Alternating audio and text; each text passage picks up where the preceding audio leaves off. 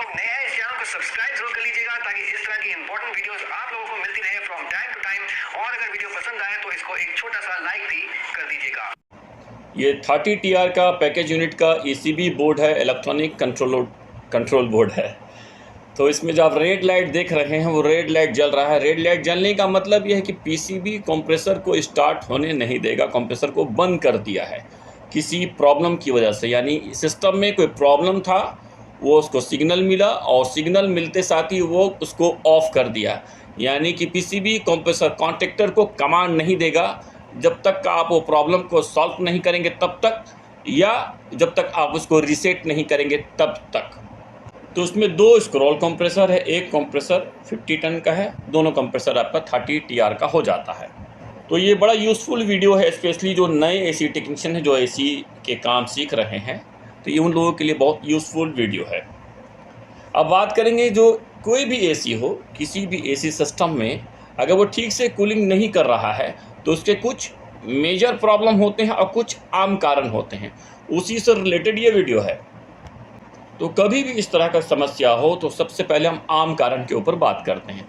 तो एक टेक्नीशियन को क्या चेक करना चाहिए, स्पेशली मैं नए AC टेक्नीशियन की बात कर रहा हूँ।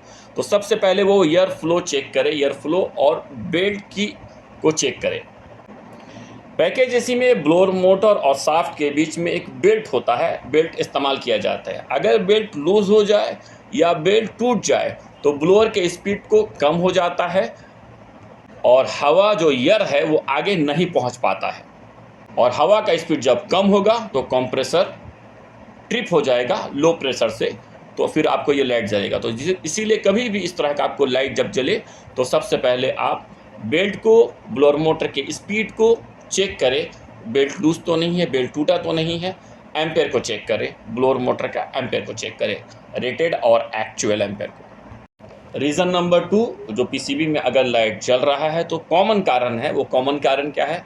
गंदे फिल्टर, एयर फिल्टर के कारण कॉइल पे हवा का जो फ्लो है वो ब्लॉक हो जाता है, सही से सर्कुलेट नहीं हो पाता हवा, जिससे कूलिंग कॉइल के ऊपर, एवापोरेटर कॉइल के ऊपर बर्फ़ जमने लगती है।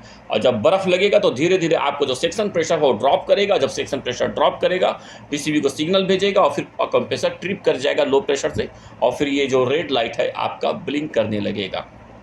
तो जो सेकेंड चीज़ चेक करना है वो एयर फिल्टर।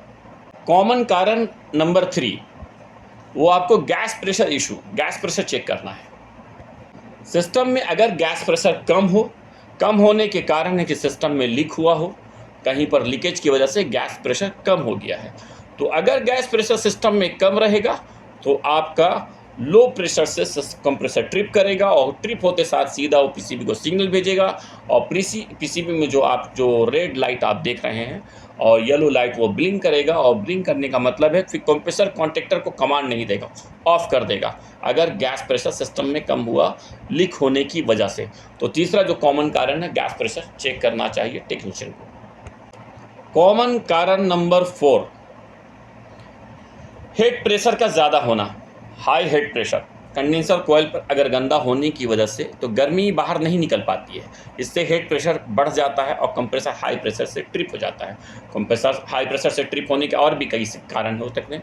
कंडेंसर फैन को भी चेक कीजिए और कंडेंसर कॉइल को भी चेक कीजिए। अगर ये दोनों, कंडेंसर कॉइल बहुत गंदा हुआ है या कंडेंसर फैन सही से नहीं चल रहा है या कंडेंसर फैन मोटर स्टकअप है, तो आपका कंप्रेसर हाई प्रेशर से ट्रिप हो जाएगा। तो इसको जरूर चेक करना चाहिए। अगर हाई प्रेशर से ट्रिप कर रहा है तो कंडेंसर कॉइल का कंडीशन देखिए, क्लीन है कि गंदा है कि साफ़ है।